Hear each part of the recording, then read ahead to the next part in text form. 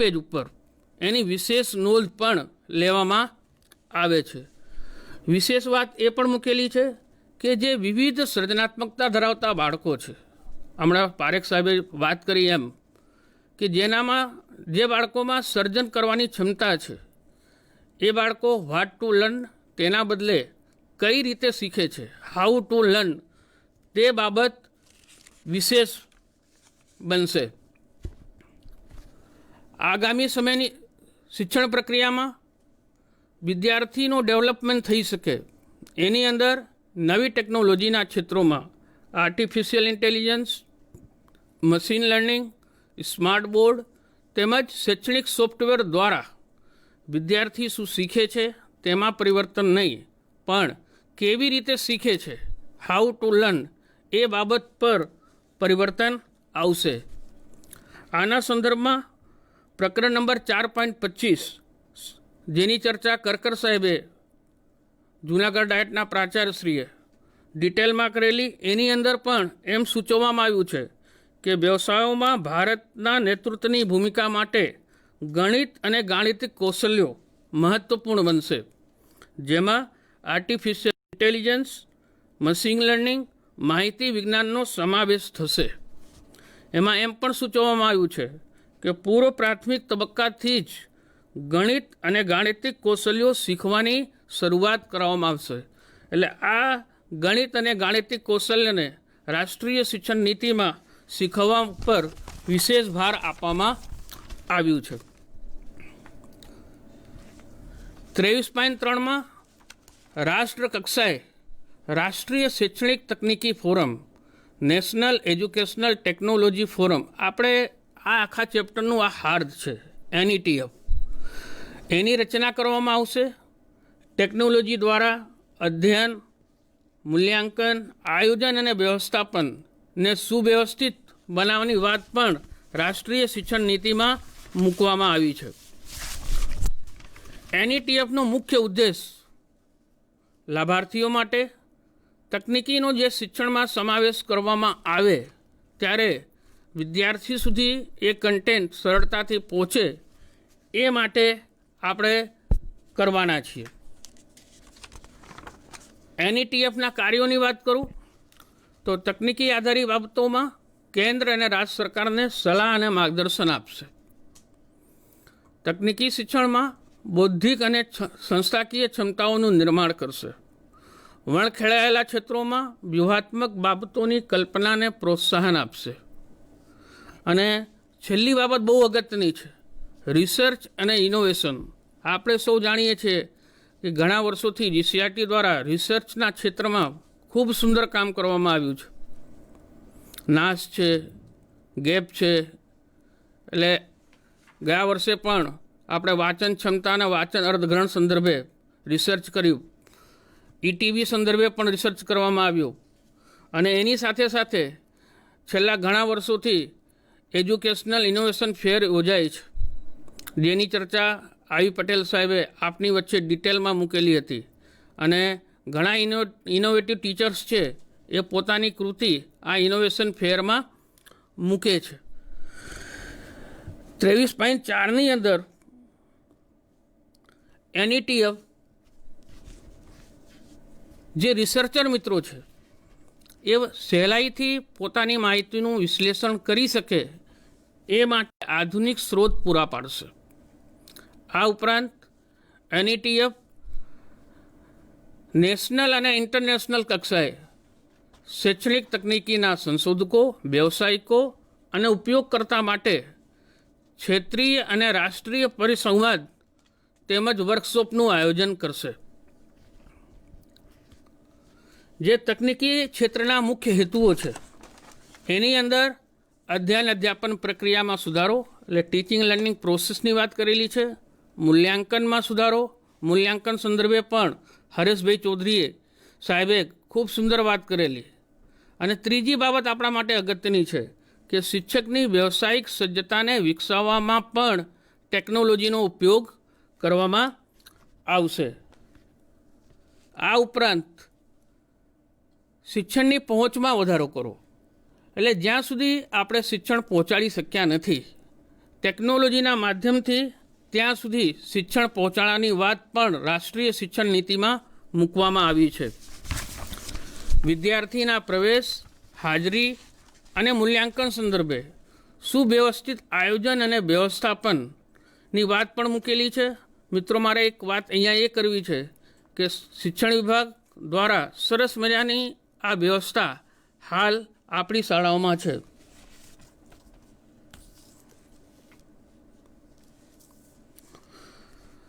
વિદ્યાર્થી અને શિક્ષકોની હાજરી શાળામાં ઓનલાઈન એન્ટ્રી કરવામાં આવે છે. મધ્યાહન ભોજન સંબંધિત માહિતી, એકમ કસોટી ગુણાંકન, સત્રાંત પરીક્ષા, સ્કોલરશીપ, ચિત્ર સ્પર્ધા, ખેલ મહાકુંભ, માસિક પત્રક, પગાર બિલ કે અહીંયા સુધી કે શિક્ષકોની રજાની એન્ટ્રી પણ ઓનલાઈન અત્યારે શાળામાં થાય છે. એટલે આપણે આ વ્યવસ્થાને સરસ મજાની આપણી વચ્ચે ગોઠવાઈ ગયેલી છે. 23.6ની અંદર ઉપરોક્ત તમામ હેતુઓની પ્રાપ્તિ માટે દરેક સ્તરે શિક્ષક અને વિદ્યાર્થીઓ માટે તમામ પ્રમુખ ભાષાઓમાં વિવિધ પ્રકારના સોફ્ટવેર વિકસાવવામાં આવશે. જે આપણે કેન્દ્ર લેવલની સંસ્થાઓ છે, NCERT, CIT, CBSE, NIOS, આ ઉપરાંત તમામ રાજ્યો અને અન્ય સંસ્થાઓ દ્વારા વિવિધ ભાષાઓમાં જે શૈક્ષણિક ઈ કન્ટેન્ટ ઉપલબ્ધ થશે એ દીક્ષા પોર્ટલ ઉપર અપલોડ કરવામાં આવશે. આની ચર્ચા પ્રકરણ નંબર 2.8માં મૂકેલી છે. શૈક્ષણિક ઈ કન્ટેન્ટ વિકસાવવાની વાત મૂકેલી છે. આ ઉપરાંત ઓનલાઈન ટીચિંગ પ્લેટફોર્મ અને સાધનોની વાત પણ કરવામાં આવી છે. સ્વયં અને દીક્ષા જેવા પ્લેટફોર્મને વધુ વિસ્તૃત કરવામાં આવશે. આ બાબત પણ એની અંદર મૂકેલી છે.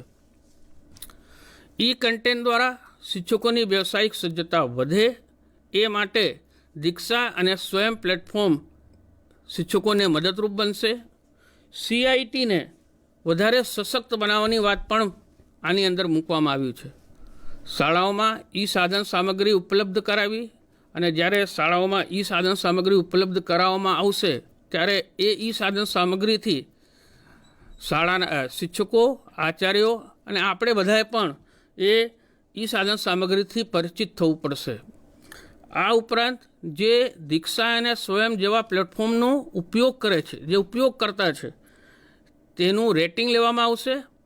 રેટિંગ લેવાનું મુખ્ય કારણ એક જ કે જેની મદદથી આપણે ઉચ્ચ ગુણવત્તાવાળા ઈ કન્ટેન્ટ આપણે બનાવી શકીએ. 23.7ની અંદર શિક્ષણ ક્ષેત્રે વિદ્યાર્થીઓને જે મુશ્કેલીઓ પડે છે એને દૂર કરવા માટે ટેકનોલોજીનો ઉપયોગ કરવામાં આવશે. 23.8માં જેમ પારેખ સાહેબે વાત કરી કે આર્ટિફિશિયલ ઇન્ટેલિજન્સ, આને આપણે સમજવું પડશે. આર્ટિફિશિયલ ઇન્ટેલિજન્સ આધારિત જે પરિવર્તનો આવી રહ્યા છે, NETF એનું સતત મોનિટરિંગ કરશે. એનાથી MHRDને અવગત કરાવશે અને MHRD ભવિષ્યમાં તે આધારિત પરિવર્તનો શિક્ષણમાં કરી શકશે. આની ચર્ચા 24.4 જે આવતીકાલે થનાર છે એમાં પણ મૂકેલી છે કે ધારાધોરણોની સ્થાપના વિશે વાત કરવામાં આવી છે. ઓનલાઈન અથવા ડિજિટલ શિક્ષણને વધુ પ્રાધાન્ય આપવાની વાત પણ એ ચેપ્ટરમાં મૂકવામાં આવી છે. થોડીક વાત આપણે આર્ટિફિશિયલ ઇન્ટેલિજન્સની કરીએ, જેને આપણે ગુજરાતીમાં કૃત્રિમ બુદ્ધિ તરીકે ઓળખીએ છીએ, અંગ્રેજીમાં AI તરીકે. ઘણી જગ્યાએ મશીન ઇન્ટેલિજન્સ એવો શબ્દ પણ વપરાય છે. આપણી શાળાઓમાં હું બનું વિશ્વ માનવી એના અલગ અલગ ભાગના જે સામાન્ય જ્ઞાનનું પુસ્તક છે એની અંદર ભાગ 3માં આર્ટિફિશિયલ ઇન્ટેલિજન્સ ઉપર ડિટેલમાં ચર્ચા કરવામાં આવેલી છે. આર્ટિફિશિયલ ઇન્ટેલિજન્સ એ બુદ્ધિશાળી મશીનો બનાવવાનું માટેનું ઇજનેરી વિજ્ઞાન છે. એટલે જે ઇજનેર મિત્રો છે એ આવા બુદ્ધિશાળી મશીનો બનાવે છે. ટૂંકમાં કોઈ એવું મશીન કે જે કૃત્રિમ બુદ્ધિ આર્ટિફિશિયલ ઇન્ટેલિજન્સનો ઉપયોગ કરી મનુષ્યની જેમ વર્તે, એટલે મનુષ્ય જેવું વર્ક કરી શકે એવું વર્ક મશીન દ્વારા કરાવવાની વાત એને આપણે આર્ટિફિશિયલ ઇન્ટેલિજન્સ કહીએ છીએ. ઉદાહરણ તરીકે રોબોટ. હમણાં 20 દિવસ પહેલાં પણ પેપરમાં હતું કે રાજકોટમાં જે કોવિડ સેન્ટર છે એની અંદર પણ દર્દીઓ સુધી સામગ્રી પહોંચાડવા માટે રોબોટની મદદ લેવામાં આવશે. આર્ટિફિશિયલ ઇન્ટેલિજન્સના પેટા વિભાગોની વાત કરું, એમાં machine learning, natural language processing, data annotation, vision, 2 પ્રકારના વિઝનની વાત છે, ઇમેજ અને મશીન, સ્પીચ ટ્રાન્સક્રિપ્શન જેને આપણે ગુજરાતીમાં ભાષણ અનુલેખન કહીએ છીએ, પ્લાનિંગ અને રોબોટિક્સ. નેટ ઉપરથી એક સરસ મજાની વ્યાખ્યા મળી છે જે આપની વચ્ચે મૂકું છું. AI refers to the simulation of human intelligence in machine that are the program to think like humans and mimic એટલે ટુ કોપી કરવું their action. એટલે મનુષ્ય જેવું વર્ક કરી શકે એના જેવું જ જો મશીન દ્વારા વર્ક કરવામાં આવે એને આપણે આર્ટિફિશિયલ ઇન્ટેલિજન્સ તરીકે ઓળખીએ છીએ. Data annotation is the process of labeling the data available in various formats. જે અલગ અલગ ફોર્મેટ્સમાં આપણી પાસે ડેટા અવેલેબલ છે એને ટેક્સ્ટ, વિડીયો અને ઇમેજમાં વાઇફર્ગેશન કરવું જેને આપણે ડેટા એનોટેશન તરીકે ઓળખીએ છીએ. રોજિંદા જીવનમાં પણ આપણે આર્ટિફિશિયલ ઇન્ટેલિજન્સ આધારિત ઉપકરણોનો ઉપયોગ કરીએ છીએ, જેમ કે વિડીયો ગેમ્સની અંદર પણ આપણે જોઈએ છીએ કે આ વિદ્યાર્થીઓને બહુ ગમે છે. જે વિડીયો ગેમ્સના પાત્રો છે એ તમારી બુદ્ધિ ક્ષમતા અને વર્તનની તરાહને ઓળખી ગેમ્સમાં પોતાનું વર્તન કરે છે. આ જ રીતે મ્યુઝિક અને ફિલ્મ વિશેની ભલામણ. યુટ્યુબમાં આપણે જ્યારે રસ રુચિ મુજબના વિડીયો સર્ચ કરીએ છીએ ત્યારે યુટ્યુબ આપણને અન્ય વિડીયો જોવાની પણ એની અંદર ઘણા વિડીયો બતાવે છે અને અન્ય વિડીયો જોવાની પણ ભલામણ કરે છે. સ્માર્ટ હોમ ડિવાઇસીસ, ઘરમાં રહેલું એસી બહારના વાતાવરણ મુજબ આપમેળે તાપમાનનું સંચાલન કરે છે. સ્માર્ટ કારની પણ વાત આપણે સાંભળેલી છે. ગૂગલની કાર સેલ્ફ ડ્રાઇવ મોડ પર મનુષ્ય જેવા વર્તન, જે રીતે મનુષ્ય ડ્રાઇવ કરે છે એ રીતે અનુભવ મેળવી ડ્રાઈવર વિના જ સેલ્ફ ડ્રાઇવ કરે છે. 23.9ની અંદર NETF દ્વારા જે મળેલ સૂચનો છે, MHRD દ્વારા જ્યારે એનો સ્વીકાર કરવામાં આવશે ત્યારે નેશનલ રિસર્ચ ફાઉન્ડેશન રિસર્ચ ઉપર રાષ્ટ્રીય શિક્ષણ નીતિમાં વિશેષ ભાર આપવામાં આવ્યું છે અને નીચેના અભિગમો આધારિત રિસર્ચ કરવા માટેનું સૂચન પણ કરવામાં આવ્યું છે, જેમાં આર્ટિફિશિયલ ઇન્ટેલિજન્સ સંશોધનોને આગળ વધારવું, પ્રાયોગિક સંશોધનો ઉપર વધુ ભાર મૂકવો, સાથોસાથ AIનો ઉપયોગ કરી આરોગ્ય, કૃષિ અને આબોહવા પરિવર્તન, આની ચર્ચા પણ ગઢવી સાહેબે ડિટેલમાં કરેલી. આ ક્ષેત્રમાં જે વૈશ્વિક પડકારો આપણી સામે છે એને દૂર કરવા માટે આંતરરાષ્ટ્રીય સંશોધનો વિકસાવવાની વાત પણ રાષ્ટ્રીય શિક્ષણ નીતિમાં કરવામાં આવી છે. 23.10ની અંદર જે હાયર એજ્યુકેશનની વાત છે, જે ઉચ્ચ શૈક્ષણિક સંસ્થાઓ છે એ રિસર્ચ સિવાય ઓનલાઈન કોર્સ અને જરૂરી શૈક્ષણિક સાધન સામગ્રીનો વિકાસ કરશે અને તેનું મૂલ્યાંકન કરશે. હાયર એજ્યુકેશન ઇન્સ્ટિટ્યૂટ રોજગારીલક્ષી તાલીમોનું આયોજન પણ કરશે. વિશેષ ભાર જે ત્રીજો મુદ્દો છે, સંસ્થાઓના કૌશલ્ય વિકાસને ઉચ્ચ શિક્ષણ સાથે સંકલન કરી શકાય તે અંગેની તાલીમો આયોજિત કરવા માટે સંસ્થાગત અને બિન સંસ્થાગત આ બંને પ્રકારના વ્યક્તિઓને મંજૂરી આપવાની સ્વાયત્તતા રાષ્ટ્રીય શિક્ષણ નીતિમાં આપવામાં આવી છે. 23.11માં વિશ્વવિદ્યાલયોનો ઉદ્દેશ આર્ટિફિશિયલ ઇન્ટેલિજન્સ, મશીન લર્નિંગ અને અન્ય વ્યવસાયિક ક્ષેત્રોમાં PhD, એટલે આ બધા વિષયો પણ આવતા સમયમાં PhDમાં સમાવેશ હશે તથા સ્નાતક અને તે પછીના કાર્યક્રમો આપવાનું રહેશે.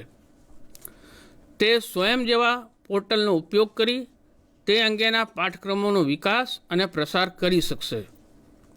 સાથોસાથ ઉચ્ચ શિક્ષણ સંસ્થાઓ ઓછી કુશળતાવાળા ક્ષેત્રો કે જેની અંદર આપણે હજી કામ કરવાનું થોડુંક વિશેષ કામ કરવાનું છે, જેમ કે માહિતી વિવરણ, ઇમેજ વર્ગીકરણ અને ભાષણ અનુલેખન. આ બધા વિષયોનો પણ શિક્ષણમાં આગામી દિવસોમાં સમાવેશ કરવાની ભલામણ રાષ્ટ્રીય શિક્ષણ નીતિમાં કરવામાં આવી છે. ભારતના વિવિધ રાજ્યોમાં માતૃભાષા પર ભાર આપવામાં આવ્યું છે અને શાળાના વિદ્યાર્થીઓને અન્ય ભાષા શીખવા માટે પણ પ્રયત્નો કરાવવામાં આવશે. પ્રકરણ નંબર 4.11માં માતૃભાષા અંગે વિસ્તૃત વાત કરવામાં આવેલ હતી. એમાં એમ કહેવામાં આવ્યું હતું કે જ્યાં સુધી શક્ય હોય ત્યાં સુધી ઓછામાં ઓછું ધોરણ 4 સુધી પણ વધુમાં વધુ ધોરણ 8 સુધી શિક્ષણનું માધ્યમ ઘરની ભાષા, માતૃભાષા, સ્થાનિક ભાષા અને પ્રાદેશિક ભાષા હશે. એમાં એમ પણ કહેવામાં આવ્યું હતું કે સરકારી અને ખાનગી બંને પ્રકારની શાળાઓને આ સૂચનનું પાલન કરવાનું રહેશે. દરેક વિષયના ઉચ્ચ ગુણવત્તાયુક્ત પાઠ્યપુસ્તકોને ઘરની ભાષા કે માતૃભાષામાં ઉપલબ્ધ કરાવવામાં આવશે. આ ઉપરાંત 4.12માં સંશોધન પરથી તારણ મળેલ છે કે બાળકો 2 થી 8 વર્ષની ઉંમર વચ્ચે અત્યંત ઝડપથી શીખી લે છે. શરૂઆતના વર્ષોમાં વાંચવા અને ત્યાર પછી માતૃભાષામાં લખવાની સાથે ધોરણ 3 અને આગળની કક્ષાઓમાં અન્ય ભાષામાં વાંચવા અને લખવા માટેના કૌશલ્યો વિકસિત કરવાની વાત રાષ્ટ્રીય શિક્ષણ નીતિમાં કરવામાં આવી છે.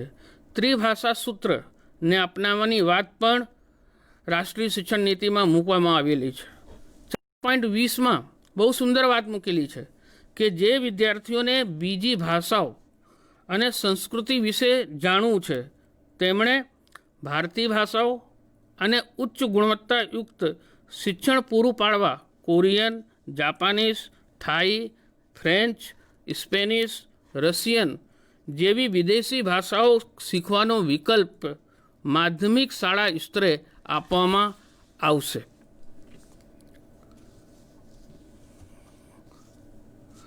ત્રેવીસ બારની અંદર શાળાકીય અને કન્ટિન્યુઅસ શિક્ષણ, સતત શિક્ષણની વાત મૂકેલી છે.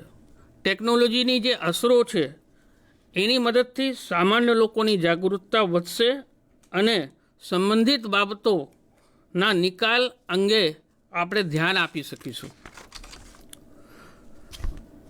શાળામાં NETF MHRD દ્વારા વર્તમાન બાબતો અને નૈતિક મુદ્દાઓ સંબંધિત તકનીકી અંગેની ચર્ચાનો પણ સમાવેશ કરવામાં આવશે. કન્ટિન્યુઅસ શિક્ષણ માટે યોગ્ય સૂચનાત્મક અને ચર્ચા સામગ્રી પણ તૈયાર કરવામાં આવશે. 23.13ની અંદર માહિતીની ગુપ્તતા અને સંરક્ષણની વાત મૂકેલી છે અને એમાં મુખ્ય જવાબદારી શિક્ષણની હશે. એટલે આપણા મિત્રોની હશે કે જે માહિતી અત્યારે આપણે ઉપલબ્ધ કરાવીએ છીએ દીક્ષા અને સ્વયં પ્લેટફોર્મ પર, એની ગુપ્તતા અને જાળવણી કરવાની પણ જવાબદારી આપણી બનશે. અને છેલ્લે અન્ય તકનીકીઓમાં જેમ કે પુનઃપ્રાપ્ય ઉર્જા, જળ સંરક્ષણ, સ્વચ્છતા, ટકાઉ કૃષિ, પર્યાવરણ સંરક્ષણ અને હરિયાળી.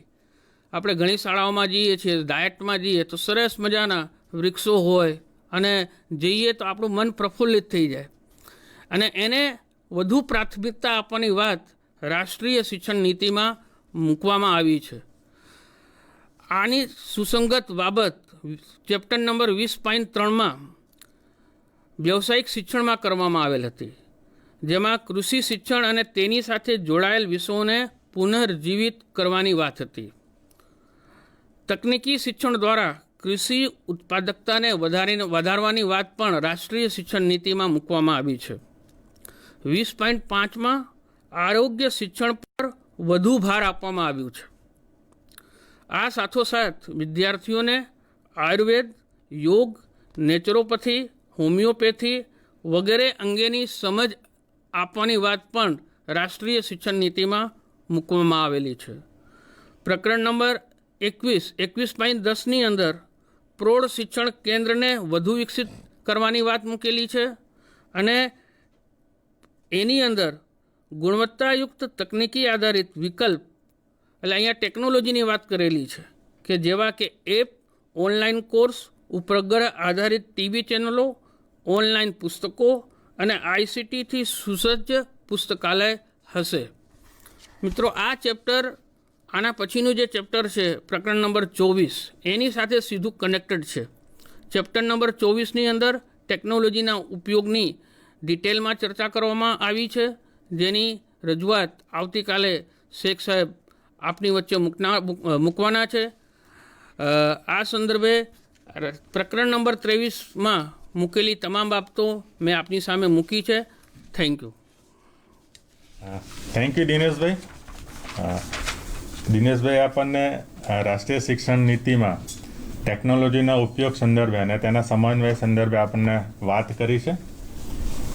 મિત્રો, ફરી આપણને યાદ દેવડાવ્યું કે સમાવેશી શિક્ષણની જ્યારે વાત કરતા હતા ત્યારે મેં એક પુસ્તકનો ઉલ્લેખ કર્યો હતો. Why do I need a teacher when I have got a Google. Ian ગિલબર્ટનું આ એક પુસ્તક છે. એના વિશેની આપ માહિતી મેળવી લેશો. ફરીથી એ જ આપણને યાદ દેવડાવું કે ટેકનોલોજીનો પ્રભાવ વધતો જાય છે, ત્યાં આગળ આપણે એની સાથે કેવી રીતે સમન્વય સાધવાનો છે તે હવે આપણે જાણવું પડશે. વર્ગખંડમાં જે બાળકો આવશે, બાળકો હવે ટેકનોસેવી ચિલ્ડ્રન તરીકે ઓળખાશે, તો એની સામે ટકવા માટે આપણે ટેકનોસેવી ટીચર તરીકે પ્રસ્થાપિત થવું પડશે. નીતિમાં સ્પષ્ટ રીતે એક સ્વપ્ન બતાવ્યું છે, એક ધ્યેય નક્કી કરાવ્યું છે કે ઇન્ડિયાને ગ્લોબલ લીડર તરીકે પ્રસ્થાપિત કરવાનું છે. અને હાલમાં એ પરિસ્થિતિની આપણે ઘણા નજીક છે. આઈસીટીમાં દેશનું નામ ઘણું આગળ છે. તો આ સંદર્ભે એજ્યુકેશનલ ટેકનોલોજીનો ઉપયોગ કેવી રીતે થશે તેની વાત અહીંયા રજૂ કરવામાં આવી છે. એ સંદર્ભે નેશનલ એજ્યુકેશનલ ટેકનોલોજી ફોરમની જે રચના થશે તેના દ્વારા અલગ અલગ કાર્યક્રમોનું આયોજન થશે, મૂલ્યાંકન થશે, રિસર્ચ કરવામાં આવશે. તો શિક્ષણમાં આ સંદર્ભે આગળ વધીશું. ટેકનોલોજીનો ઉપયોગ ચિલ્ડ્રન વિથ સ્પેશિયલ નીડ, વિશિષ્ટ જરૂરિયાત ધરાવતા બાળકો માટે કરવાનું પ્રાવધાન પણ અંદર છે. કેવી રીતે આપણે આર્ટિફિશિયલ ઇન્ટેલિજન્સનો ઉપયોગ કરી તેમજ ગેમિફિકેશનનો ઉપયોગ કરીને બાળકોને ભણતા કરવાની જે વાત છે તે નવી ટેકનોલોજીથી હવે આપણે પરિચિત થવું પડશે. આવનાર સમયની આ માંગ રહેશે. હાલમાં દીક્ષા અને સ્વયં એ અલગ અલગ એજ્યુકેશનલ પ્લેટફોર્મ છે જેનો આપણે સતત ઉપયોગ કરતા રહીએ છીએ. તો મિત્રો, નીતિમાં જે 13 મુદ્દાની વાત ખૂબ જ અસરકારક રીતે અને દરેક મુદ્દાને આવરી લઈને દિનેશભાઈ આપણી સામે રજૂ કરેલી છે. તો દિનેશભાઈનો પુનઃ આભાર માન્ય છે. હવે રાજ્યમાં નીતિમાં દર્શાવેલા મુદ્દા સંદર્ભે અત્યારે એજ્યુકેશનલ ટેકનોલોજી સંદર્ભે શું કામગીરી થઈ ગઈ છે તેના વિશેની જાણકારી આપવા માટે હું માન્ય અરવિંદભાઈ પટેલ સાહેબને વિનંતી કરું છું. અરવિંદભાઈ. સૌને નમસ્કાર. દિનેશભાઈએ 23મા ચેપ્ટરની રાષ્ટ્રીય શિક્ષણ નીતિમાં શું વિગતો છે એની ચર્ચા કરી. મારે એ સંદર્ભે ગુજરાતમાં હાલમાં શું સ્થિતિ છે અને શું સૂચિત ફેરફારોની અપેક્ષા છે એ વિશે મારે વાત કરવી છે. તો મિત્રો, 21મી સદી એ ટેકનોલોજીની સદી છે, ભારતની સદી છે.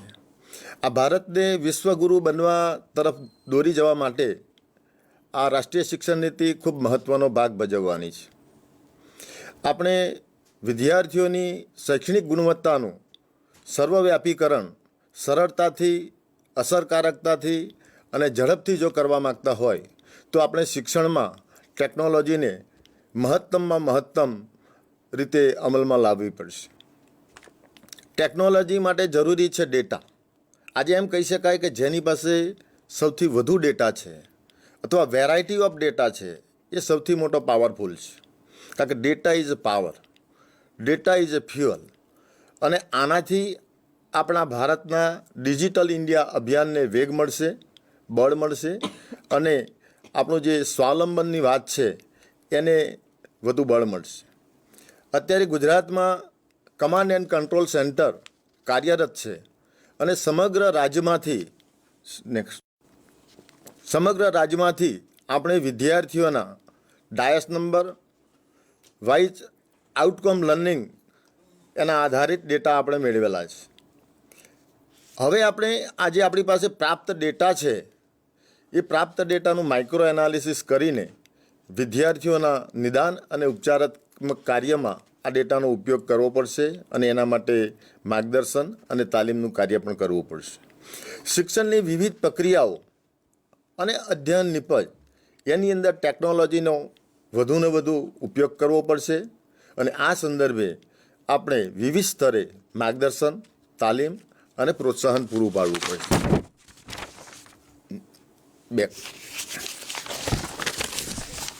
ટેકનિકી ક્ષેત્રનો ઉપયોગ આગળ આપણે વાત થઈ એમ હાલ ગુજરાતમાં જ્ઞાનકુંજ પ્રોજેક્ટ કાર્યરત છે.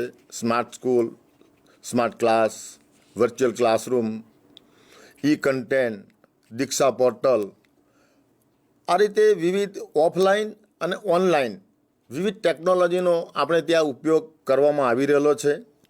હવે આપણે જે નવી ટેકનોલોજી છે, નવીન તકનીકી ક્ષેત્રો છે, એ નવી તકનીકી ક્ષેત્રોનો પણ આપણે ઉપયોગ શિક્ષણમાં કરવો પડશે.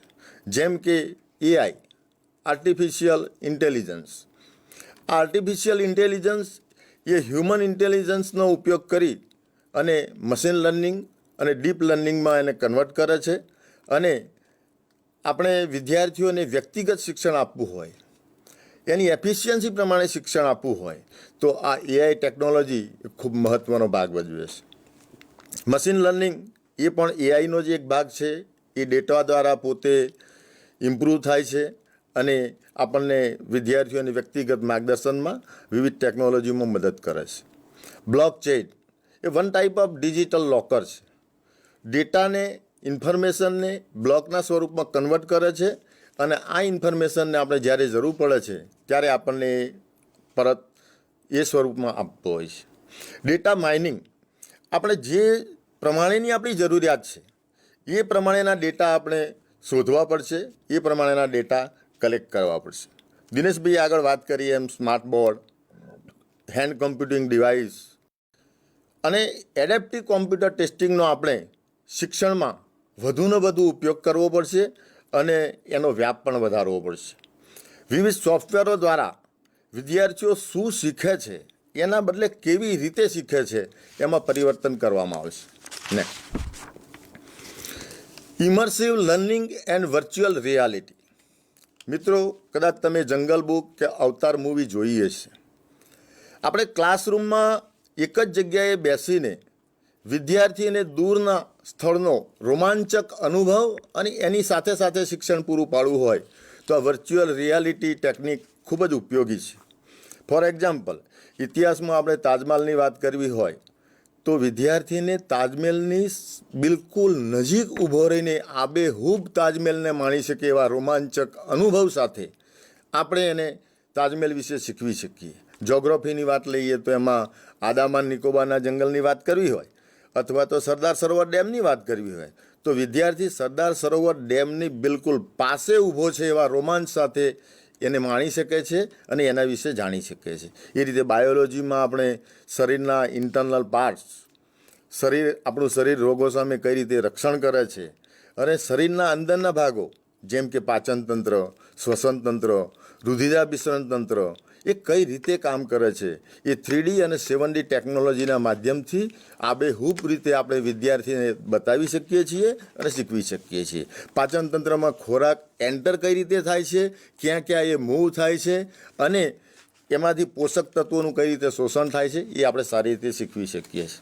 આઈટીનો વિદ્યાર્થી હોય કે આઈટીઆઈનો વિદ્યાર્થી હોય એને વિવિધ ઇન્સ્ટ્રુમેન્ટનો આપણે પરિચય કરાવવો હોય તો પણ આપણે આ રીતે આ ટેકનોલોજી કરાવી શકીએ.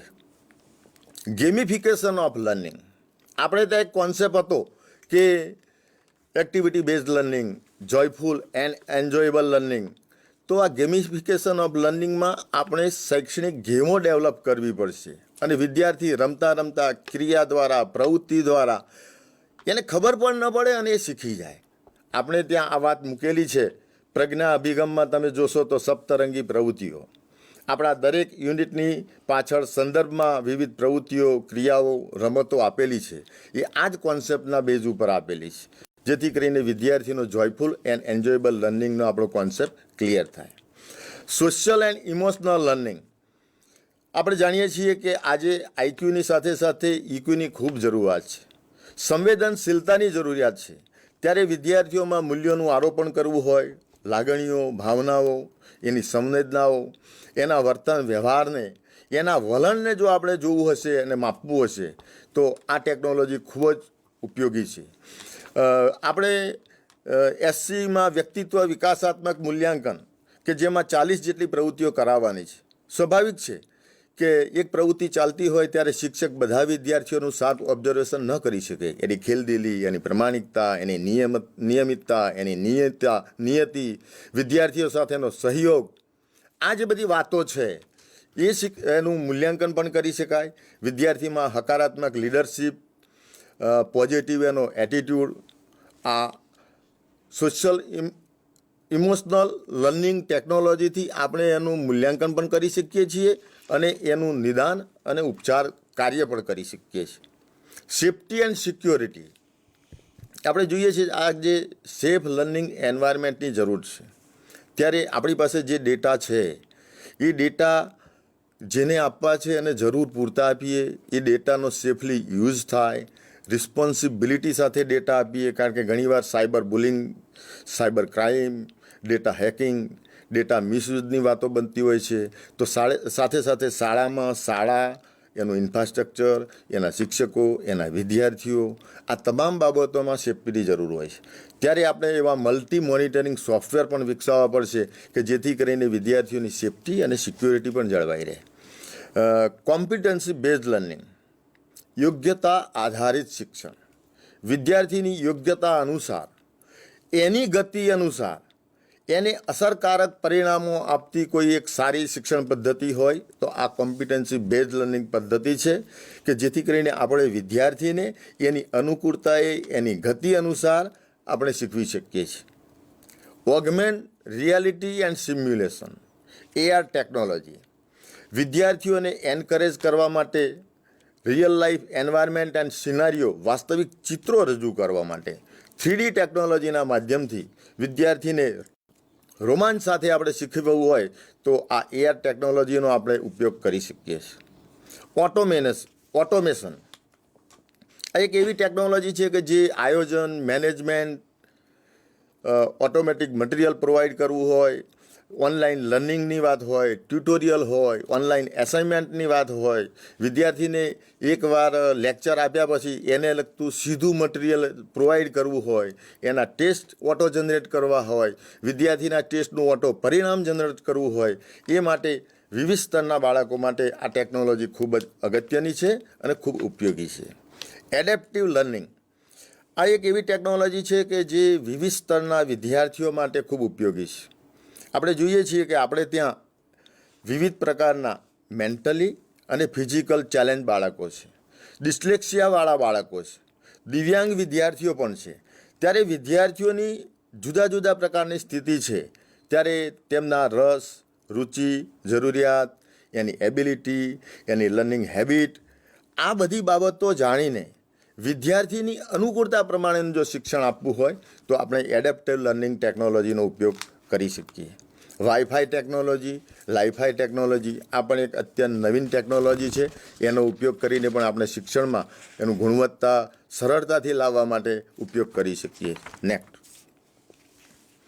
NETFની વાત દિનેશભાઈએ ડિટેલમાં કરી છે. એ સંદર્ભે આપણે ત્યાં રાજ્યમાં CCC કાર્યરત છે અને હવે આપણે નેશનલ કક્ષાએ NETFની રચના કરવાની વાત આવે છે ત્યારે નેશનલ એજ્યુકેશન ટેકનોલોજી ફોરમની રચના કરાશે. એ જ રીતે સ્ટેટ કક્ષાએ પણ આવી એજન્સીની રચના કરવી પડશે. આ એજન્સીઓ ટેકનોલોજીનો શિક્ષણમાં ક્યાં ઉપયોગ કરવો, કેવી રીતે ઉપયોગ કરવો, ક્યારે ઉપયોગ કરવો, કેટલી માત્રામાં ઉપયોગ કરવો, આ બધી બાબતોનું પુરાવા આધારિત માર્ગદર્શન આપશે, પ્રોત્સાહન પૂરું પાડશે. આપણે શાળા, શિક્ષણ, સેકન્ડરી એજ્યુકેશન, હાયર એજ્યુકેશન આ તમામ બાબતોમાં એના અધ્યયન અને અધ્યાપનમાં, એના આયોજનમાં, એના વહીવટમાં, એના મૂલ્યાંકન પ્રક્રિયામાં આ તમામ બાબતોનો ટેકનોલોજીનો વિવિધ સ્તરે ઉપયોગ કરવો પડશે અને એ અંગે વિવિધ એજન્સીઓને માર્ગદર્શિત કરવી પડશે.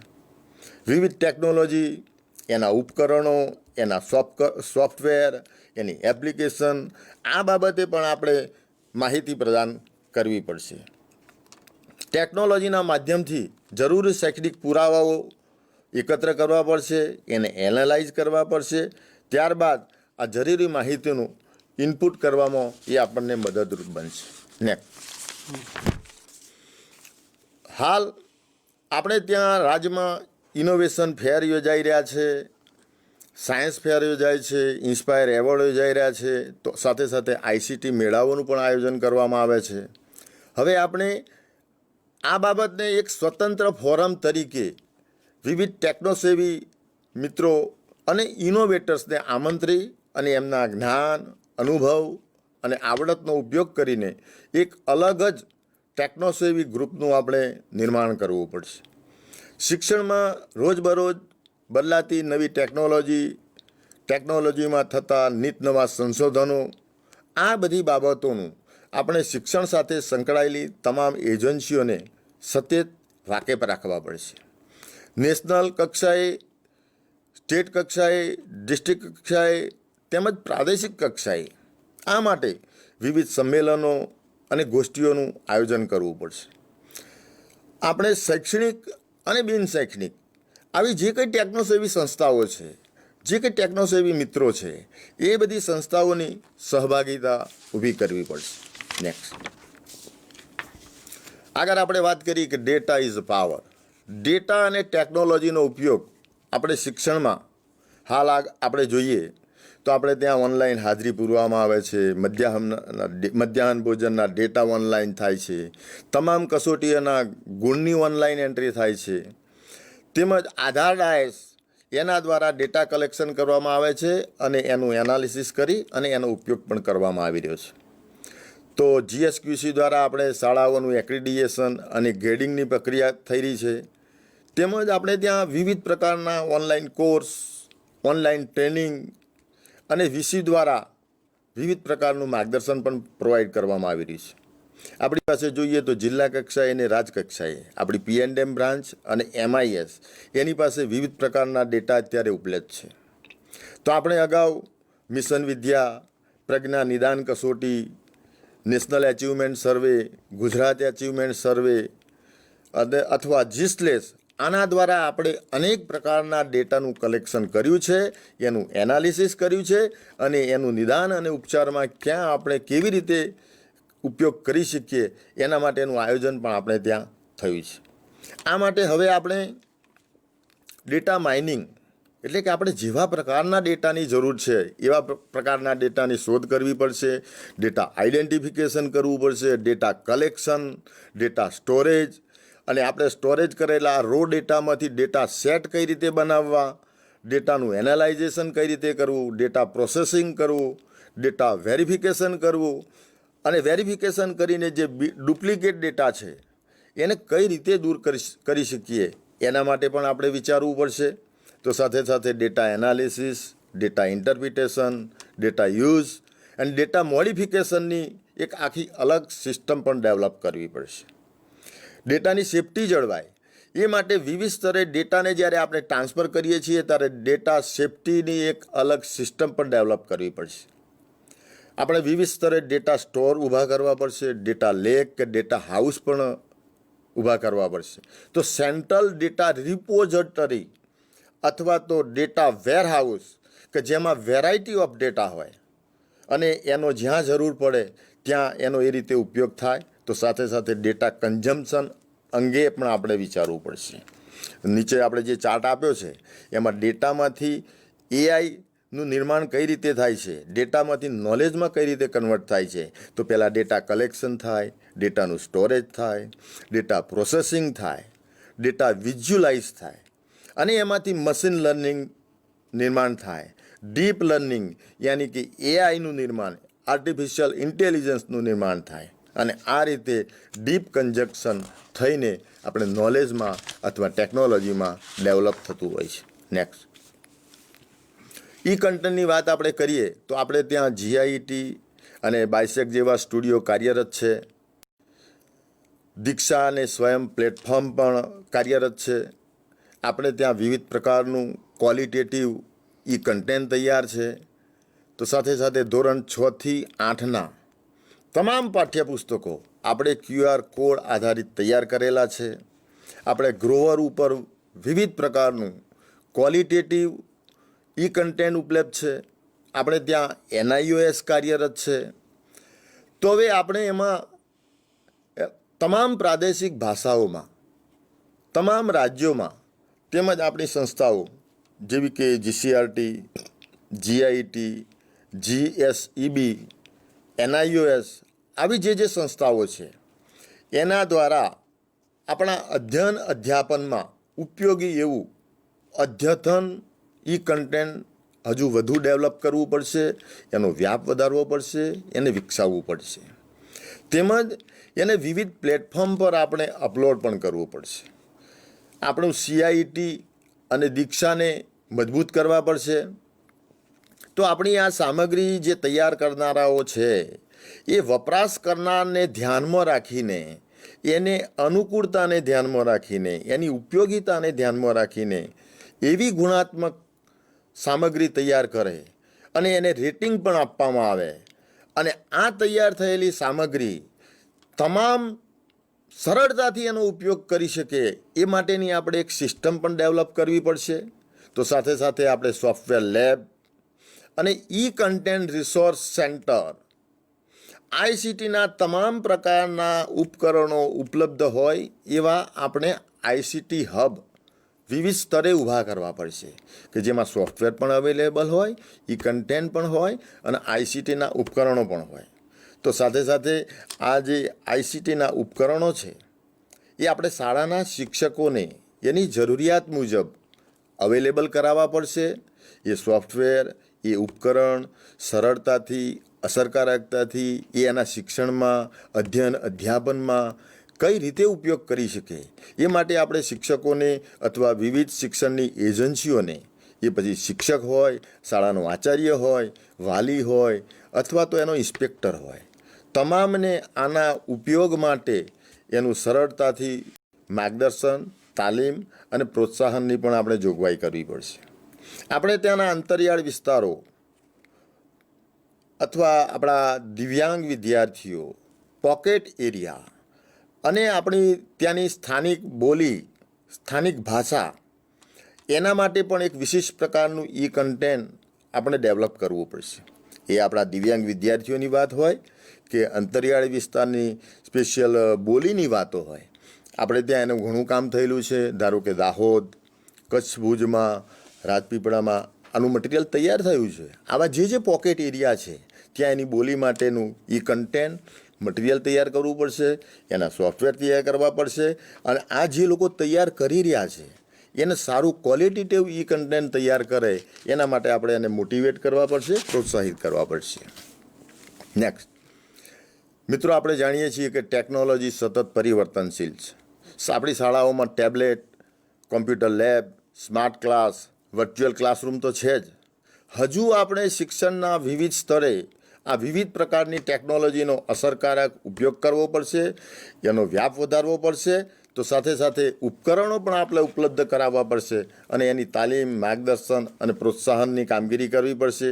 સાથે ટેકનોલોજીના પ્રચાર પ્રસારનું પણ આપણે કામ કરવું પડશે. ટેકનોલોજીનું વાસ્તવિક અને પ્રક્રિયાગત જ્ઞાન આપવું પડશે. ટેકનોલોજી આપણે જાણીએ છીએ કે સતત વિકાસ પામતી છે, પરિવર્તનશીલ છે. તો એના વિકાસની સાથે આપણે તાલમેલ પણ સાધવો પડશે. ટેકનોલોજીના વિવિધ ઉપકરણો ઉપલબ્ધ કરાવીને એના અસરકારક ઉપયોગ માટે આપણે તાલીમ પણ આપવી પડશે. નેક્સ્ટ, કૃત્રિમ બુદ્ધિમત્તાની આગળ વાત દિનેશભાઈએ કરી છે. આપણે ત્યાં અટલ લેબ છે, કોમ્પ્યુટર લેબ છે, ISRO, ડૉક્ટર વિક્રમ સારાભાઈ વિજ્ઞાન કેન્દ્ર છે, તો IIT જેવી સંસ્થાઓ કાર્યરત છે. આપણે હવે એમાં નવી technology, AI, artificial, 3D technology, virtual reality, આ બધી ટેકનોલોજી જે છે એનો વ્યાપ વધારવો પડશે. તો NETF દ્વારા આ વિવિધ પ્રકારની ટેકનોલોજી સમય મર્યાદામાં નીચલા સ્તર સુધી ક્રમબદ્ધ એનો ઉપયોગ પહોંચી શકે એ માટેનું આયોજન કરવું પડશે. Next, NRF, national research foundation, તો આપણે ત્યાં જીસીઆરટી દ્વારા શિક્ષકોને, લેક્ચરરને પીએચડી, લઘુ સંશોધન, ક્રિયાત્મક સંશોધન આ તમામ બાબતો માટે માર્ગદર્શન, પ્રોત્સાહન અને સહાય પૂરી પાડવામાં આવે છે. આપણે હજુ આમાં મુખ્ય એઆઈ સંશોધનને આગળ વધારવા પડશે. રિસર્ચમાં ટેકનોલોજીનો ભરપૂર ઉપયોગ કરવો પડશે. એપ્લિકેશન આધારિત સંશોધનો વિકસાવવા પડશે અને એને તૈયાર પણ કરવા પડશે. એનઆરએફને અને એના જે રિસર્ચ થઈ રહ્યા છે એ રિસર્ચ સેન્ટરોની રચના કરવી પડશે અને રિસર્ચના ફાઇન્ડિંગ, એનું શેરિંગ અને એના ઉપયોજન માટે આપણે નીચલા સ્તર સુધી જાણકારી આપવી પડશે. નવા રિસર્ચ એરિયા ફાઇન્ડ કરવા અને એને ડેવલપ કરવા. તો સાથે સાથે વિવિધ પ્રકારના સંશોધનો કરવા માટે રિસર્ચરને અને ઇન્વેટર્સને પ્રોત્સાહિત કરવા પડશે.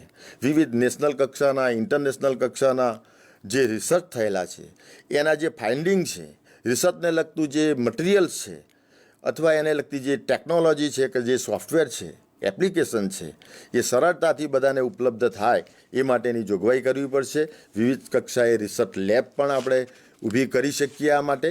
નેક્સ્ટ, ઉચ્ચ શિક્ષણમાં ટેકનોલોજીની વાત કરીએ તો આપણે તો NIOS ઓનલાઈન અને ઓફલાઈન અભ્યાસક્રમો ચાલુ છે. સમગ્ર રાજ્યમાં કેવીકી, ડિપ્લોમા, એન્જિનિયરિંગ અને ITI જેવી કૌશલ્યવર્ધન સંસ્થાઓ કાર્યરત છે. આપણે ત્યાં ઓનલાઈન ટ્રેનિંગ થાય છે, online education, online meeting, online enrolment, online evaluation, online scholarship, online certificate course, આ બધું તો ચાલી રહ્યું છે. હજુ એની વ્યાપ વધારવો પડશે અને એને વધુ ગુણવત્તાસભર અને અસરકારક અને દરેક આ માટે કરવા માટે પ્રેરાય એ માટેની સગવડો અને જોગવાઈઓ આપણે વધારવી પડશે. વિદ્યાર્થીઓને એમની પસંદગીના ક્ષેત્રોનો અને પસંદગીના વિષયોનો અભ્યાસ કરવાની તક મળે એ માટે વિવિધ અભ્યાસોની આપણે જોગવાઈ કરવી પડશે. આપણે વિદ્યાર્થીઓની સ્કિલને ઓળખવી પડશે અને એની સ્કિલને ઓળખીને વિવિધ online skill base training programme centre આપણે ઊભા કરવા પડશે અને આને ઉચ્ચ શિક્ષણના માળખા સાથે આપણે જોડવા પડશે. હજુ આપણે વોકેશનલ ટ્રેનિંગ સેન્ટર વધુ ઊભા કરવા પડશે અથવા આ વોકેશનલ ટ્રેનિંગ માટે વિવિધ એક્સપર્ટનો એની સ્કિલનો પણ આપણે ઉપયોગ કરવો પડશે. નેક્સ્ટ, વિશ્વવિદ્યાલયો અને વ્યવસાય શિક્ષણની વાત કરીએ તો આપણે ત્યાં GTU અને ટેકનિકલ શિક્ષણને લગતા અભ્યાસક્રમો ચાલી રહ્યા છે. તો આપણે ટૂંકા ગાળાના અને લાંબા ગાળાના વ્યવસાયિક અભ્યાસક્રમો એને પરંપરાગત શિક્ષણ સાથે આપણે જોડવા પડશે. ટેકનોલોજી અને કૌશલ્યવર્ધનના ક્ષેત્રમાં ઉચ્ચ અભ્યાસક્રમોની જોગવાઈ કરવી પડશે. શાળાના વિદ્યાર્થીઓને વિવિધ ભાષાની કુદરતી પ્રક્રિયા સંદર્ભે સોફ્ટવેર તૈયાર કરવા પડશે. પ્રોજેક્ટ બેઝ અને અનુભવજન્ય શિક્ષણને પ્રાધાન્ય આપવું પડશે. PPP મોડમાં આપણે કાર્યક્ષમ અને ગુણવત્તાસભર કૌશલ્યવર્ધન કેન્દ્રો અને ઓનલાઈન ટ્રેનિંગ સેન્ટર ઊભા કરવા પડશે. તો સાથે સાથે ટૂંકા ગાળાના અને લાંબા ગાળાના વિવિધ રોજગારલક્ષી અને કૌશલ્ય કેન્દ્રી અભ્યાસક્રમો વિકસાવવા પડશે. તો એક્સપર્ટની મદદથી વિવિધ ઓનલાઈન ટ્રેનિંગ અને વર્ચ્યુઅલ રિયાલિટી ટ્રેનિંગના માધ્યમથી આપણે વિઝિટિંગ પ્રોગ્રામો કરીને રોજગારલક્ષી મુલાકાતો અને એનું પણ આયોજન આપણે કરવું પડશે. ટેકનોલોજીની આપણે વાત કરીએ તો એ સતત પરિવર્તનશીલ છે અને એની ક્રાંતિકારી અસરો પણ ઘણી બધી થતી હોય છે. આપણે ત્યાં ડિજિટલ ઇન્ડિયા અભિયાન ચાલુ છે. ઉચ્ચ શિક્ષણ અને વ્યવસાયલક્ષી શિક્ષણમાં પણ આપણે ત્યાં કામ થઈ રહ્યું છે. તો સાથે સાથે વિવિધ પ્રકારના સેમિનાર ને વેબિનાર પણ યોજાઈ રહ્યા છે. ત્યારે ટેકનોલોજીનો મહત્તમ ઉપયોગ થાય એના માટેનું પ્રોત્સાહન મળે અને ટેકનોલોજીના શિક્ષણના ઉપયોગને પ્રાધાન્ય અપાય તેમજ આ ટેકનોલોજીની જે સંભવિત અસરો છે એનો પ્રચાર પ્રસાર પણ થાય એ માટે આપણે જોગવાઈ કરવી પડશે. નેક્સ્ટ, ડેટા વ્યવસ્થાપન અને સંરક્ષણ. આપણે આગળ પહેલાં જ જે વાત કરી કે data is a power, data is a fuel અને ટેકનોલોજી ડેટા ઉપર ડિપેન્ડ છે અને ગુણવત્તાનું સર્વવ્યાપીકરણ જો સરળતાથી કરવું હોય તો આપણે ટેકનોલોજીનો ઉપયોગ કરવો પડશે. આપણે ત્યાં cyber crime, data hacking, data misuse આ બધી જે વાતો થઈ રહી છે એના માટે કાયદાકીય જોગવાઈઓ છે. ત્યારે આપણે AI આધારિત ટેકનોલોજી એનો વિકાસ કરવો પડશે અને એનો વ્યાપ પણ વધારવો પડશે.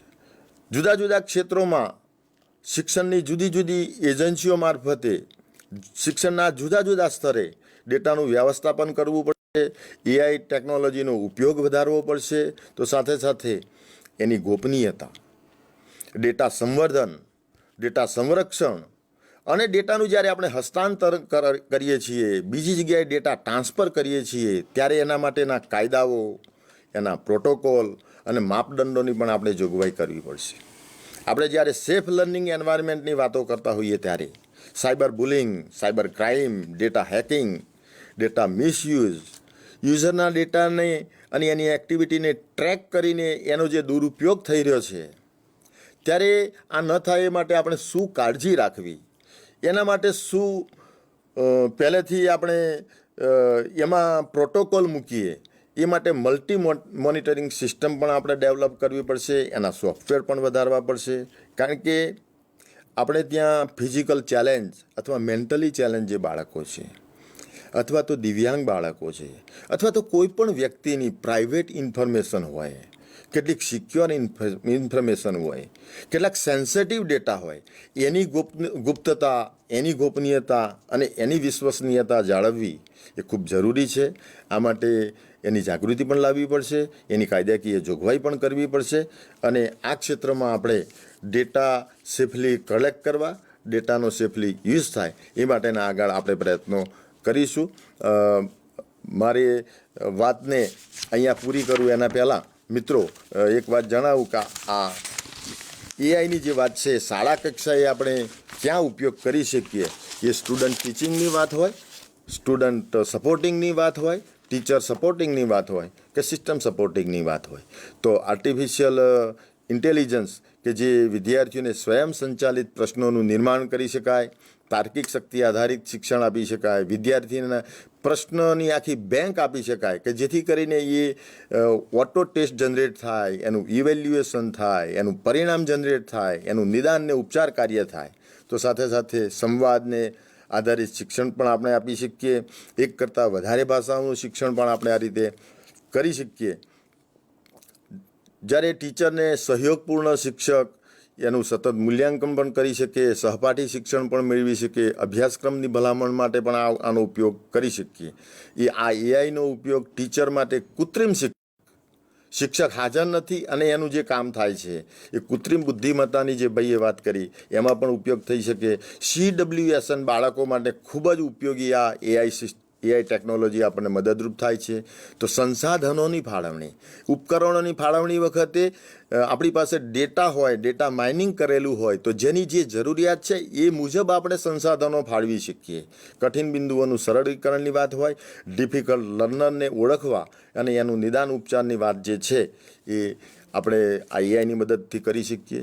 મિત્રો, આ નવી ટેકનોલોજી એક એવી છે કે એના વિના આપણું જીવન શક્ય નથી. ત્યારે આપણે તો શિક્ષણના માણસો છીએ, ત્યારે શિક્ષણમાં આપણે જો ટેકનોલોજીના ઉપકરણોનો ઉપયોગ કરીશું તો આપણું કાર્ય સરળ બનશે, અસરકારક બનશે, ઝડપી બનશે અને ગુણવત્તાસભર બનશે. અને આપણો એક જે ગોલ છે કે ગુણવત્તાનું સર્વવ્યાપીકરણ કરવું, એને આપણે સિદ્ધ કરી શકીશું. આભાર. Thank you Arvindbhai.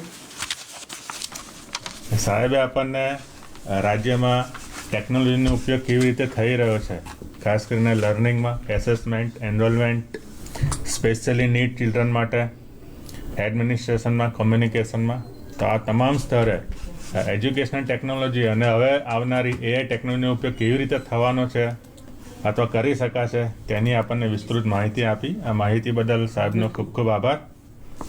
મિત્રો, ટેકનોલોજીનો ઉપયોગ પ્રચાર પ્રસાર માટે પણ આપણે સતત કરતા રહીએ છીએ. જેમ આપણે બ્લોગ ને વેબસાઇટ ને સોશિયલ મીડિયાનો ઉપયોગ કરીએ છીએ, એવી જ રીતે રાષ્ટ્રીય શિક્ષણ નીતિમાં જે ભલામણો આપી છે, જે વિચારો આપ્યા છે, તેનો અસરકારક અમલીકરણ માટે રાષ્ટ્રીય કક્ષાએથી એક સ્પર્ધાનું આયોજન થયેલું છે, જેમાં આપને ભાગ લેવા માટે વારંવાર વિનંતી કરવામાં આવે છે અને જિલ્લા કક્ષાએ પત્ર પણ કરવામાં આવેલો છે. રાષ્ટ્રીય શિક્ષણ નીતિના જે વિચારો અહીંથી રજૂ થયા છે એ જ વિચારોને હજી પણ સરળ ભાષામાં, કદાચ એવું પણ બને કે અશાબ્દિક સ્વરૂપે પણ તમે અસરકારક રીતે રજૂ કરી શકો તેવી આવડત ધરાવો છો, તો તે આવડત, તે સ્કિલનો અહીંયા આપ ઉપયોગ કરી શકો છો. પોસ્ટર દ્વારા, નાની ફિલ્મ દ્વારા અથવા તો કોઈક અસરકારક પ્રેઝન્ટેશન દ્વારા તમે નીતિના વિચારોને રજૂ કરવા માટે તમે કૃતિ તૈયાર કરીને ભાગ લઈ શકો છો. ધ્યાન એટલું જ રાખવાનું કે આપની કૃતિ આપના જિલ્લા કક્ષાએ જ મોકલાશો, સીધી રાજ્ય કક્ષાએ ન મોકલાવતા. તો પુનઃ અરવિંદભાઈ સાહેબનો ખૂબ ખૂબ આભાર. હવે મિત્રો, આજના કાર્યક્રમના અધ્યક્ષ તરીકે ડૉક્ટર ગૌરાંગભાઈ વ્યાસ સાહેબ આપણી સાથે છે અને તેઓ સતત ટેકનોલોજીના ઉપયોગના હિમાયતી રહ્યા છે, સતત ટેકનોલોજીના સંપર્કમાં છે, અપડેટ થતા રહેશે. તો હું સાહેબને વિનંતી કરું કે શિક્ષક મિત્રોને રાષ્ટ્રીય શિક્ષણ નીતિ સંદર્ભે તેમજ આવનારા સમયમાં ટેકનોલોજીના પ્રભાવ વિશે આપણને માહિતગાર કરે. માનનીય વ્યાસ સાહેબ. નમસ્તે શિક્ષક મિત્રો. જીસીઆરટી દ્વારા 8મી સપ્ટેમ્બરથી રાષ્ટ્રીય શિક્ષણ નીતિના સંદર્ભે શિક્ષણ પર્વના આ શુભ અવસરે એક વાર્તાલાપનું જે આયોજન કરેલું છે એ વાર્તાલાપના આ 12મા મણકામાં આપણે સૌ શૈક્ષણિક ટેકનોલોજી જેનો ઉપયોગ અને સમન્વય એ સંદર્ભે વાર્તા માટે આપણે સૌ ભેગા થયા છીએ. મને આનંદ છે કે આજે આપણી આ પેનલમાં શ્રી પારેખ સાહેબ, દિનેશભાઈ તિવારી સાહેબ અને ડૉક્ટર અરવિંદભાઈ પટેલ સાહેબ ત્રણેય મિત્રોએ આ બાબતને આપની સમક્ષ મૂકવા માટે ખૂબ ઉત્તમ પ્રયત્ન કર્યો છે. મિત્રો, આપ જાણો છો એ રીતે કે ટેકનોલોજીએ અત્યારે આપણા જીવનને ખૂબ સારી રીતે પ્રભાવિત કર્યું છે. ડૉક્ટર પારેખ સાહેબે આપણને આ રાષ્ટ્રીય શિક્ષણ નીતિના જે હાથમાં એના સિદ્ધાંતો પડેલા છે, ટેકનોલોજીના સંદર્ભે જે વાત કરવામાં આવેલી છે એની સુંદર રીતે રજૂઆત કરી. હું તિવારીભાઈને પણ અભિનંદન આપું છું કે આ 12 મણકાની અંદર અને આવનારા જે મણકામાં ચર્ચા થવાની છે એવી તમામ બાબતોને તકનિકી સાથે જોડીને આ પ્રકરણની અંદર જે કંઈ બાબતોની ચર્ચા કરવામાં આવેલી છે એનું સંપૂર્ણ આપણને માર્ગદર્શન આપ્યું છે. એ જ રીતે હવે આપણે શું કરવાનું છે એ સંદર્ભે અરવિંદભાઈ પટેલ સાહેબે આપણને ખૂબ સારી વાત કરી છે. મિત્રો, આ પ્રકરણ અગાઉની 2 શિક્ષણ નીતિથી અલગ પડતું પ્રકરણ છે. આપણે જાણીએ છીએ કે 1968માં પ્રથમ શિક્ષણ નીતિ, ત્યાર પછી 86ની અંદર રાષ્ટ્રીય શિક્ષણ નીતિ અને હવે 2020ની અંદર જે રાષ્ટ્રીય શિક્ષણ નીતિ આવેલું છે, આ ત્રણેય શિક્ષણ નીતિની અંદર ટેકનોલોજીનો સૌથી વધારે જો સ્ટ્રેસ મૂકવામાં આવેલો હોય તો અત્યારે 2020ની અંદર જે શિક્ષણ નીતિ આવી છે એની અંદર મૂકવામાં આવેલો છે. મિત્રો, આ પ્રકરણનું જો હાથ ગણવું હોય તો એ હાથ ગણી શકાય કે technology as a mean for reach to unreach. જે લોકો સુધી હજી સુધી આપણે પહોંચી શક્યા નથી એ વ્યક્તિઓ સુધી, એ બાળકો સુધી પહોંચવા માટે ટેકનોલોજીનો કેવી રીતે ઉપયોગ થઈ શકે એ બાબત ઉપર આ રાષ્ટ્રીય શિક્ષણ નીતિ આપણને ફોકસ કરે છે. નીતિનભાઈએ આપણને એક સરસ મજાના પુસ્તકની વાત કરેલી કે જેમાં why do I need a teacher when I have a Google. Ian ગિલબર્ટનું આ પુસ્તક છે. એ પુસ્તકનો જો હાથ ગણવો હોય તો એ હાથ 3 શબ્દોમાં ગણી શકાય કે જે બાળકો ટેકનોલોજીનો ઉપયોગ કરીને પોતાનું શિક્ષણ પ્રાપ્ત કરે છે એની પાસે 2 પ્રકારની સવલત છે. એક છે એની પાસે પોઝ બટન છે અને બીજું છે એની પાસે રિપીટ બટન છે. હું આની સાથે એક ત્રીજું બટન પણ જોડું છું, એ છે ફોરવર્ડ બટન. એટલે શિક્ષક જો બાળકોની માનસિકતાને સમજતા હશે, બાળકોની શૈક્ષણિક જરૂરિયાતોને સમજતા હશે તો શિક્ષક પાસે એ ક્ષમતા વિકસેલી હશે કે એને એ ખ્યાલ હશે કે એને ક્યાં અટકવાનું છે, ક્યાં કઈ શૈક્ષણિક બાબતોને રિપીટ કરવાની છે અને કેટલીક એવી બાબતો છે કે જેને આપણે વધારે સારી રીતે બાળકો સમક્ષ મૂકી શકીએ. મિત્રો, અહીંયા SDGને પણ આપણે યાદ કરવું પડે. ભારતે સસ્ટેનેબલ ડેવલપમેન્ટ ગોલ જેના મુદ્દા નંબર 4ની અંદર ક્વોલિટી એજ્યુકેશન સિદ્ધ કરવાના જે કંઈ બાબતો છે એને એગ્રી કરેલું છે અને એ દૃષ્ટિએ 2030 સુધીમાં ક્વોલિટી એજ્યુકેશન બાળકોને મળી રહે એ માટે આપણે સૌએ સાથે રહીને કામ કરવાનું છે. મિત્રો, અત્યારે કોરોનાનો આ કપરો કાળ ચાલી રહ્યો છે, શાળાઓ બંધ છે, પણ શિક્ષણ બંધ નથી. આપણે સૌએ સાથે મળીને આ ટેકનોલોજીના સમયની અંદર ટેકનોલોજીનો ઉપયોગ કરીને ડિજિટલ ઇન્ડિયાના પ્લેટફોર્મનો મદદથી બાળકો સુધી પહોંચવાનો ખૂબ સારો પ્રયત્ન કર્યો છે. વર્ચ્યુઅલ ક્લાસરૂમ હોય, અત્યારે આપણે બાયસેકથી જોડાયેલા છે તો બાયસેકની માધ્યમથી અહીંયાથી પ્રસારિત થતા શૈક્ષણિક કાર્યક્રમો હોય, દીક્ષા એપથી શિક્ષકોની તાલીમ હોય, કન્ટિન્યુઅસ પ્રોફેશનલ ડેવલપમેન્ટ જેને આપણે CPD તરીકે ઓળખીએ છીએ. શિક્ષકો આ માધ્યમથી પોતાની ક્ષમતાઓનું સમૃદ્ધિકરણ કરી રહ્યા છે. સાથે સાથે જે ટેક્સ્ટબુકની અંદર QR કોડ અપાયેલા છે જેની મદદથી બાળકો પોતાનું શૈક્ષણિક કાર્ય પણ સાથે સાથે કરી રહ્યા છે. એટલે ડિજિટલ ઇન્ડિયાના જે અભિગમ સાથે અત્યારે આપણે આગળ વધી રહ્યા છે એમાં ડિજિટલ એક્સપાન્શન એ એજ્યુકેશનની અંદર ખૂબ સારી રીતે થઈ રહ્યું છે. જે વસ્તુને આપણી સુધી પહોંચવામાં વર્ષો લાગ્યા હતા એ આ કોરોનાના સમયની અંદર આપણે ખૂબ સરસ રીતે એને એડપ્ટ કરી શક્યા છીએ, બાળકો સુધી પહોંચાડી શક્યા છીએ. અગાઉ આપણને ખબર છે કે second generation, third generation, fourth generation સુધી પહોંચવામાં આપણને ઘણા સમય લાગ્યો છે. પણ હવે ફોર્થ જનરેશનથી ફિફ્થ જનરેશન સુધી જવામાં એટલો બધો સમય લાગશે નહીં, કેમ કે ટેકનોલોજીનું એડપ્ટેશન આપણે એટલું બધું સરસ રીતે કરી રહ્યા છીએ. અને આવા સમયની અંદર આ જે પ્રકરણ છે એ પ્રકરણને જો બે ભાગની અંદર વિચારવાનો આપણે પ્રયત્ન કરીએ તો શિક્ષણમાં તકનિકીનો ઉપયોગ કેવી રીતે થઈ શકે એ એક ભાગ છે, અને બીજો ભાગ છે એ જુદા જુદા આયામો સાથે આ તકનિકીનો સમન્વય કેવી રીતે થઈ શકે. અને એટલા માટે જ અહીંયા પેનલિસ્ટોએ ઘણી બધી આ ટેકનોલોજીના સંદર્ભે વાત કરી છે, એટલે એ બધી બાબતોને હું દોહરાવતો નથી. પણ આ પ્રકરણની અંદર જો રાષ્ટ્રીય શિક્ષણ નીતિએ જો સૌથી અગત્યની ભલામણ કરી હોય તો એ બે બાબતોની છે. એક બાબત છે કે નેશનલ એજ્યુકેશન ટેકનોલોજી ફોરમ રચવામાં આવશે. આ ફોરમનો મુખ્ય ઉદ્દેશ એ છે કે વર્લ્ડ પરિપ્રેક્ષની અંદર જે કંઈ બદલાવ ટેકનોલોજીના ક્ષેત્રમાં આવી રહ્યા છે અને આ જે બદલાવ છે એ શિક્ષણના જેટલા અંશે પ્રભાવિત કરશે એ પ્રભાવિત કરનારા ક્ષેત્રોને ઓળખવાનું અને એ ક્ષેત્રોને આપણી સિસ્ટમની અંદર કેવી રીતે લાગુ પાડી શકાય એના માટે રાજ્ય સરકાર અને કેન્દ્ર સરકારને સલાહ આપવા માટેનું કામ કરશે. મિત્રો, આ ફોરમ જુદા જુદા લેવલ ઉપર અત્યારે પણ શિક્ષકોએ બનાવેલા છે.